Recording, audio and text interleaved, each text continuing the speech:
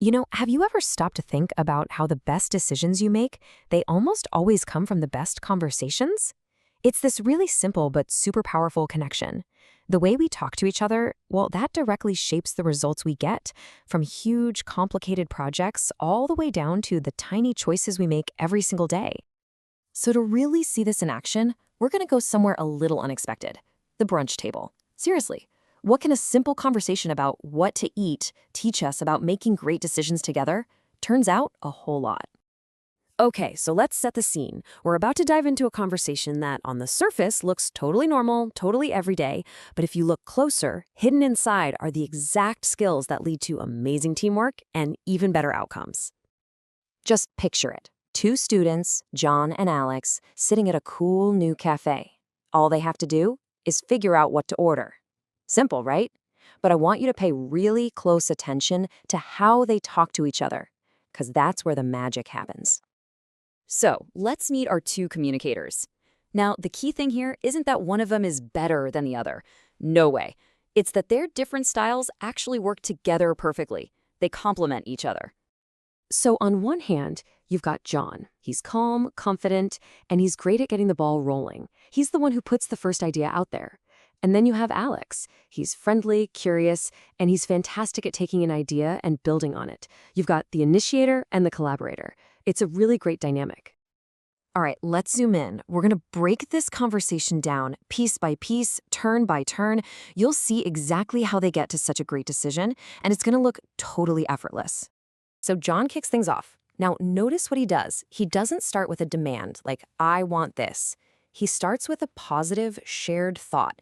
He's basically saying, hey, we're on the same team. We both heard good things. He's setting a friendly, positive tone right from the very beginning. And check out Alex's response. First, he agrees immediately. Yeah, I've read the same. That makes John feel heard.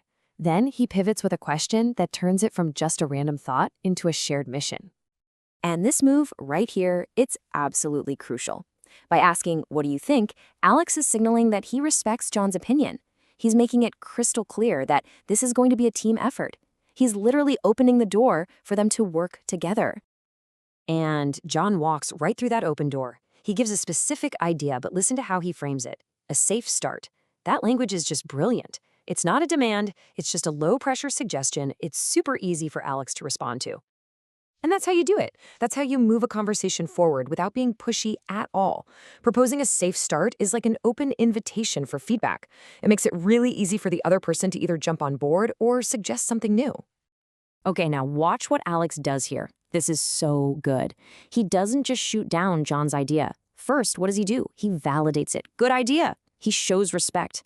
And only after that does he add his own suggestion, which actually builds on John's original thought.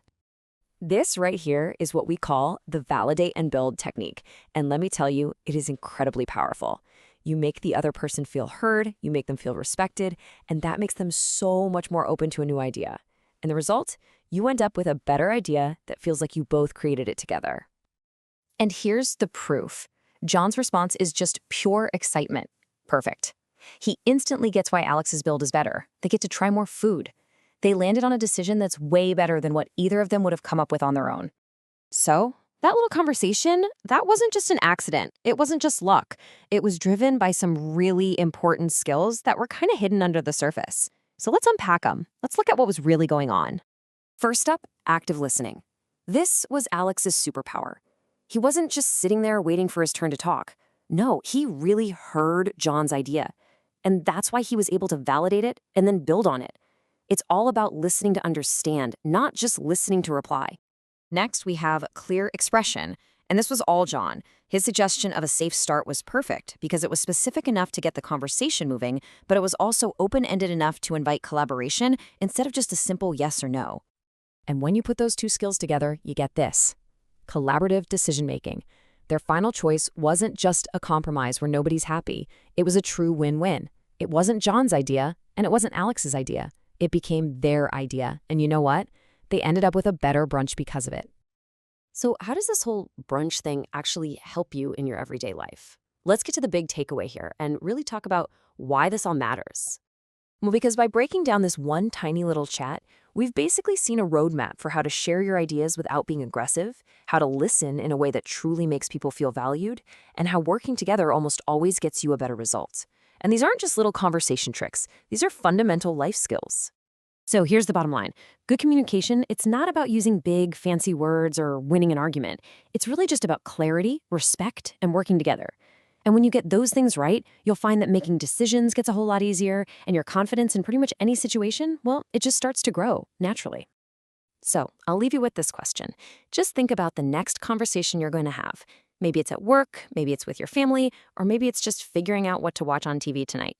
How can you use a little bit of that validate and build technique to make that conversation just a little bit better? Thanks for tuning in.